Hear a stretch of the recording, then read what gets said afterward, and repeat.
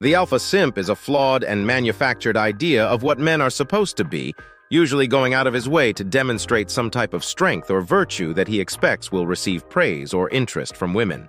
The term white knight has been used, mostly with specific situations involving women, but I think Alpha Simp best describes the overall mindset. He doesn't possess true inner strength, so he tries to overcompensate in other areas.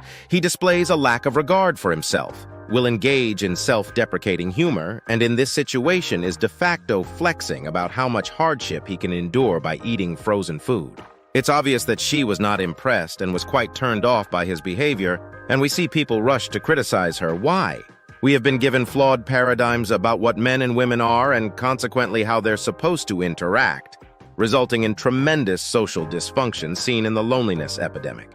Part of this misunderstanding is rooted in our societal worship of equality and then subsequently conflating it with sameness. Neither males nor females are inherently superior to the other, but they do each have relative strengths and weaknesses, usually complementary to each other. Men specialize in physical strength and problem-solving, while women maintain and strengthen social cohesion. That's not to say that each don't perform the other role, but they're supposed to exist in a manner that is complementary rather than competitive. Just as a hammer and a nail serve different functions, recognizing the inherent differences and unique wiring of men and women allows us to understand how they are supposed to interact effectively.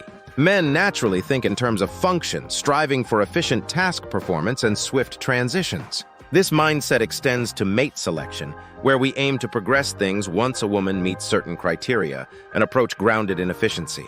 In contrast, women operate differently, attuned to emotions. While a man may meet all her specified criteria, he might not exude the strong male energy she instinctively seeks, the energy and strength required to assert oneself and, if necessary, reject her. In contrast, what we often encounter in popular media is the glorification of a man humiliating himself and constantly catering to the desires of the female. Weak men find appeal in this narrative because it provides a clear script to follow without requiring any substantial personal growth or improvement. The script involves complimenting her beauty, emphasizing how fortunate he is to be with her, and of course, picking up the check. This narrative taps into women's emotions by suggesting that their perceived sexual market value is high, akin to accumulating emotional currency. However, this approach backfires as it diminishes his stature in her eyes.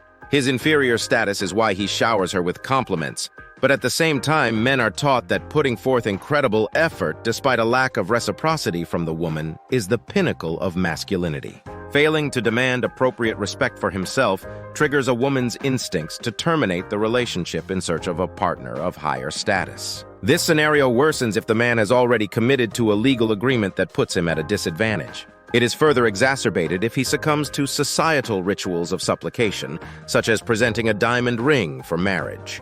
While all these rituals have become normalized, they overshadow the need for men to reconnect with their masculine energy and to recognize their own inherent value. Once this shift is made, interactions with women are from a position of strength and empowerment. Consider the man who confidently shifts his focus elsewhere. This is profoundly attractive to a woman. By doing so, he implicitly conveys that she isn't his sole priority. For men seeking success in relationships, it's crucial to be at ease with the possibility of not advancing things with the woman. If she senses he fears losing her, this weakened energy will repel her. Here's an alternative perspective. Envision yourself acting on behalf of a very important man whose opinion of you will have a tremendous impact on your future. Would you serve him a TV dinner? No, you'd undoubtedly take the time to prepare a proper, flavorful, and nutritious meal. Would this important man settle for low interest and minimal effort from a woman? No, he'd prefer solitude over undeserving company, pursuing his numerous interests and ambitions.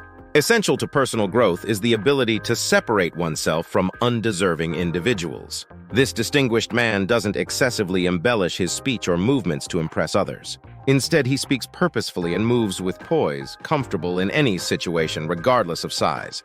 To command respect and abundance, live as though you deserve it. People gauge how much respect to extend based on the self-respect you demonstrate. Act accordingly.